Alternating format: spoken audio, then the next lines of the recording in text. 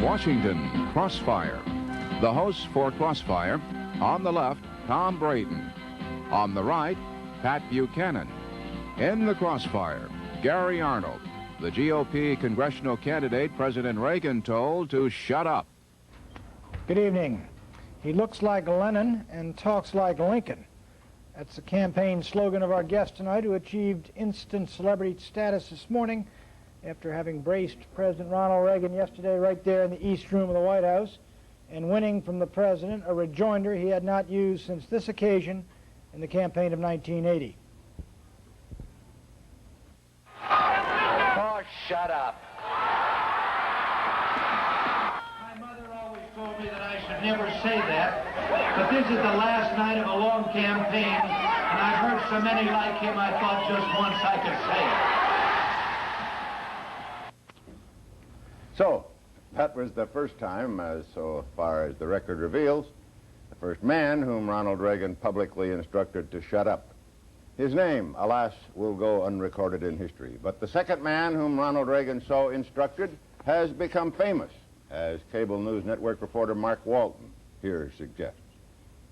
There's hardly a campaign manager or briefing book that would recommend it, but if it's instant notoriety you want, national newspaper exposure, your name plastered across the screen, one politician's apparently found a way. Somehow get the President of the United States to tell you to shut up. And you're on your way. At the very moment 41-year-old Gary Richard Arnold elicited that now famous scolding, he hit the publicity jackpot. Cameras chased him, papers pasted his picture front page, and he even got invited on the big TV shows like NBC's Today. And when this nationally unknown California Republican congressional candidate thereafter held his own news conference at the stately National Press Club Forum for Presidents and Kings, you had to pry your way in to hear what he had to say, which was basically the same as what he said the other day. Nobody that would say the things that he does would do the things that he's doing. There are two Ronald Reagans.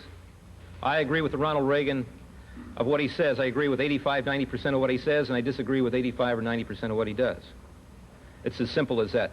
Old Shut Up, as Arnold's come to be known, is truly a political maverick. After a surprise win in last June's primaries, he is the bona fide GOP candidate in the 16th District of California. But he has no staff, runs his campaign out of a Santa Cruz mailbox, and has never received a nickel from the National Republican Party, which considers him a lost cause. Likewise, the local Republican headquarters has given up on Arnold, and because he's considered a positively sure loser, has given up on his race. Philosophy is same as presented by the president, and Mr. Arnold has done nothing but attack the president and his policies, and therefore we find it difficult to support him.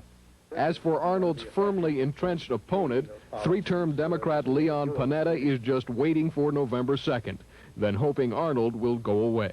He is really from the far, far, far right field, and so far out I don't think he knows where home plate is. Even though Arnold booked this room for his news conference back on Tuesday, the day before he went to the White House, he contends his outburst there was purely spontaneous and not designed to attract big media play. Whether that's entirely so is pretty hard to say, but one thing's for sure, Gary Richard Arnold has had one heck of a heyday. Mark Walton reporting for Crossfire.